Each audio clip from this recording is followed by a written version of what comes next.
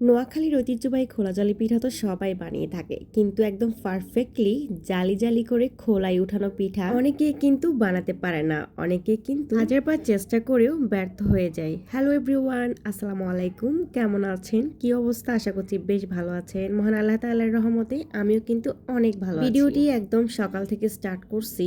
তো এই যে আমার ছেলেটার একটু ঠান্ডা লাগছে, তো ওকে একটু সরিষার তেল আর রসুন গরম করে ওর বুকে এবং পায়ে লাগিয়ে দিচ্ছি। হোক, আগেকার যুগের কিছু কিছু ব্যাপার কিন্তু আমার কাছে সত্য মনে হয়। এই যে রসুন তেলটা গরম করে দিলে কিন্তু ভালোই লাগে, বাচ্চাদের খুব আরাম হয়। ইভেন বড়রাও যদি এটা ঠান্ডার সময় ব্যবহার করে ভালোই উপকার পায়। আমার ছেলের সমস্যা হচ্ছে, ওকে আমি কোনোভাবেই ওষুধটা খাওয়াইতে পারি না। তো দেখা যায় যে তেলটা একটু গরম করে যদি মালিশ করি তাহলে কিন্তু অনেকটা স্বস্তি। তো এখন পায়ে দিচ্ছি আর পিঠেও একটু দিয়েছিলাম। আজকে একদম A to Z খোলা জালি পিঠার রেসিপিটা শেয়ার করব। আমি অনেকবার আমার ভিডিওতে কিন্তু পিঠার রেসিপিটা দিয়েছি, তবে পারফেক্টলি দিই নাই, মানে কিছু না কিছু অংশ কিন্তু স্কিপ হয়ে গিয়েছিল। এবং আমার ফেসবুক পেজে আমাকে অনেকে বলেছেন আমি যেন পারফেক্টলি খোলা জালি পিঠার রেসিপির একটা ভিডিও শেয়ার করি আপনাদের সাথে। তো সবকিছু চিন্তা করে আজকের ভিডিওটা আমি মেক করেছি। যাই হোক, খোলা জালি পিঠার যে মেইন উপকরণ অর্থাৎ চালের গুঁড়ি লাগবে, আর লাগবে ডিম, এবং লাগবে কুসুম গরম পানি, আর লবণ তো অবশ্যই লাগবে। গতবারের ভিডিওতে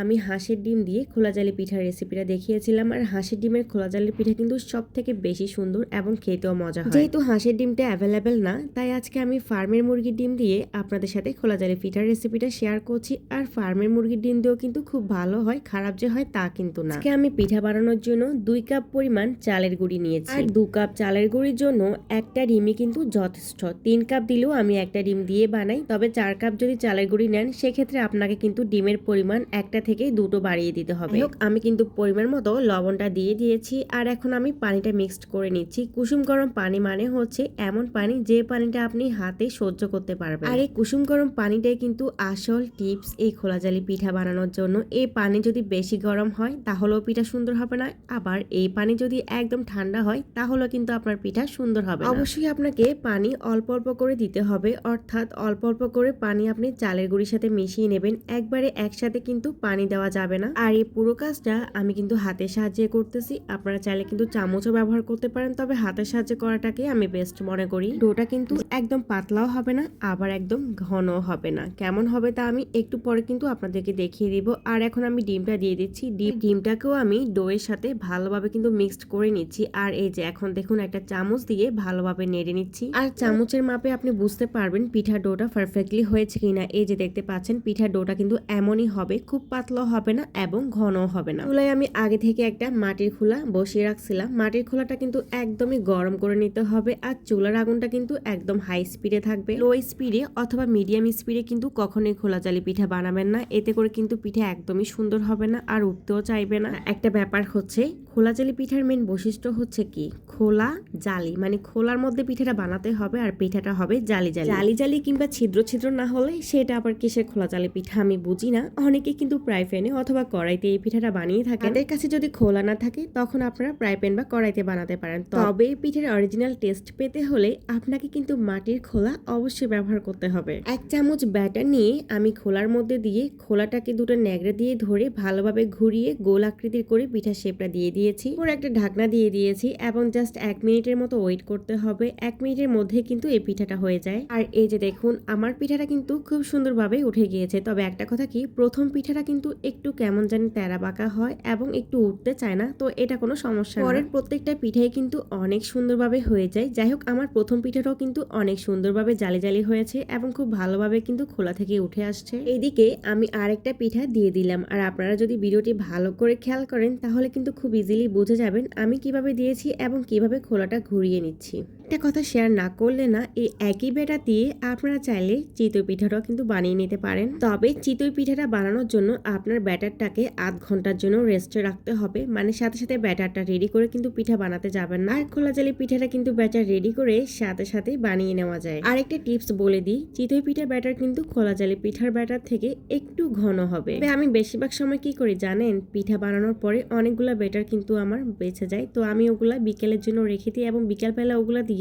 খুব সুন্দর করে চিতই পিঠা বানিয়ে নিই। যেহেতু পিঠার ব্যাটারগুলো অনেকক্ষণ রেস্টে থাকে তখন কিন্তু চিতই পিঠাটা অনেক পারফেক্টলি হয় এবং খেতেও কিন্তু খুব সুস্বাদু হয়। এদিকে আপুদের সাথে কথা বলতে বলতে আমি কিন্তু আমার অনেকগুলা খোলা জালি পিঠা বানিয়ে নিয়েছি। আমরা কিন্তু এই পিঠাগুলাকে ফেনীর বাসায় খোলাজা পিঠা বলে থাকি। আপনারা কি নামে চেনেন এই পিঠাটা অবশ্যই কিন্তু আমাকে কমেন্টস করে জানাবেন। আমার বাসায় কিন্তু আমি দুভাবেই খোলাজা পিঠা বানিয়ে থাকি। আমার হাজবেন্ড কিন্তু মুচমুচে টাইপসের খোলাজা পিঠা খেতে পছন্দ করে, আর এইদিকে আমি কিন্তু একদম নরম তুলতুলে খোলাজা পিঠা খেতে পছন্দ করি। আর এই যে দেখতে পাচ্ছেন আমার খোলাজা পিঠাগুলা মাশাআল্লাহ কতটা সুন্দর এবং পারফেক্ট হয়েছে। দেখুন ব্যাটার কিন্তু অর্ধেকেরও বেশি শেষ হয়ে গেছে, প্রায় সবগুলা পিঠা কিন্তু আমি বানিয়ে ফেলেছি। এটা কিন্তু লাস্ট পিঠাটা, এরপর কিন্তু যে ব্যাটারগুলো ছিল ওগুলো আমি বিকালের জন্য রেখে দিয়েছি। তো আজকের ভিডিওটি কারা কারা দেখেছেন, কারা কারা ভিডিওটির এই পর্যন্ত সাথে আছেন, যদি সাথে থেকে থাকেন এবং আমার ভিডিওটি যদি একটু ভালো লেগে থাকে, ভিডিও থেকে যদি একটু উপকৃত হন, তাহলে প্লিজ একটা লাইক দিবেন। আর এই ধরনের ব্লগ ভিডিওগুলো যদি আপনার ভালো লেগে থাকে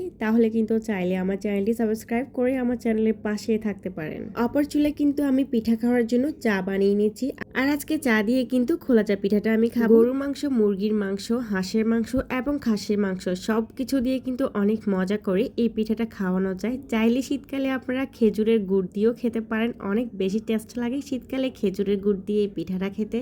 যাই হোক, 1 কাপ পরিমাণ চা বানিয়ে নিয়েছি, আর অর্ধেক চা কিন্তু পাতিলে রেখে দিয়েছি, আমি পরে খাবো। আর বাকিটুকু চা দিয়ে আমি পিঠা ভিজিয়ে খাচ্ছি। সবগুলো একসাথে চা নিলে চা খাওয়ার যে টেস্ট ওটা কিন্তু পাওয়া যাবে না, কারণ পিঠা যখন চায়ের মধ্যে ভেজানো হয় তখন আসলে চায়ের টেস্ট অন্যরকম হয়ে যায়। তো আপনারা চাইলে আমার আজকের রেসিপিটা ফলো করে একদম পারফেক্টলি খোলাজা পিঠা বানাতে পারেন। শুধু কুসুম গরম পানিটা একটু খেয়াল করবেন, এটা যখন আপনি হাতে লাগাবেন তখন যেন একটু হালকা গরম লাগে, ওটা যেন আপনি আঙ্গুল চুবিয়ে কিছুক্ষণের জন্য রাখতে পারেন। ওই টাইপসের পানি আপনি ব্যবহার করে পিঠাটা বানাবেন। আর 100% গ্যারান্টি দিয়ে আমি বলতে পারি, আপনি যদি এই রেসিপিতে আপনার খোলাচা পিঠা বানান তাহলে আপনার পিঠা একদম পারফেক্ট হবে এবং সুন্দর জালি জালি হবে। দিকে মেয়ে কয়দিন ধরে বায়না ধরছিল ওকে ফ্রেঞ্চ ফ্রাই বানিয়ে দিতে হবে। তো যাই হোক, খুব তাড়াহুড়া করে এই ফ্রেঞ্চ ফ্রাই গুলো আমি বিকাল বেলায় ওর জন্য বানিয়ে নিয়েছিলাম। তো ফ্রেঞ্চ ফ্রাই গুলো কিন্তু খেতে অনেক বেশি মজা হয়েছিল। আপনারা যদি চান ফ্রেঞ্চ ফ্রাইয়ের রেসিপি তাহলে আমি কোনো একটা ভিডিওতে শেয়ার করে দিব। আজকে আর ফ্রেঞ্চ ফ্রাই রেসিপিটা আমি আপনাদের সাথে শেয়ার করলাম না। যাই হোক, ফ্রেঞ্চ ফ্রাই গুলো আমি অল্প আগুনে ভেজে নিচ্ছি, আর ফ্রেঞ্চ ফ্রাই গুলো দেখতে পাচ্ছেন কতটা ক্রিস্পি লাগছে, আর খেতেও কিন্তু বেশ সুস্বাদু হয়েছিল। বিকেল বেলা একটা না একটা নাস্তা অবশ্যই আমাকে বানাতে হবে, নাইলে জামাই বাইরে থেকে নিয়ে আসে।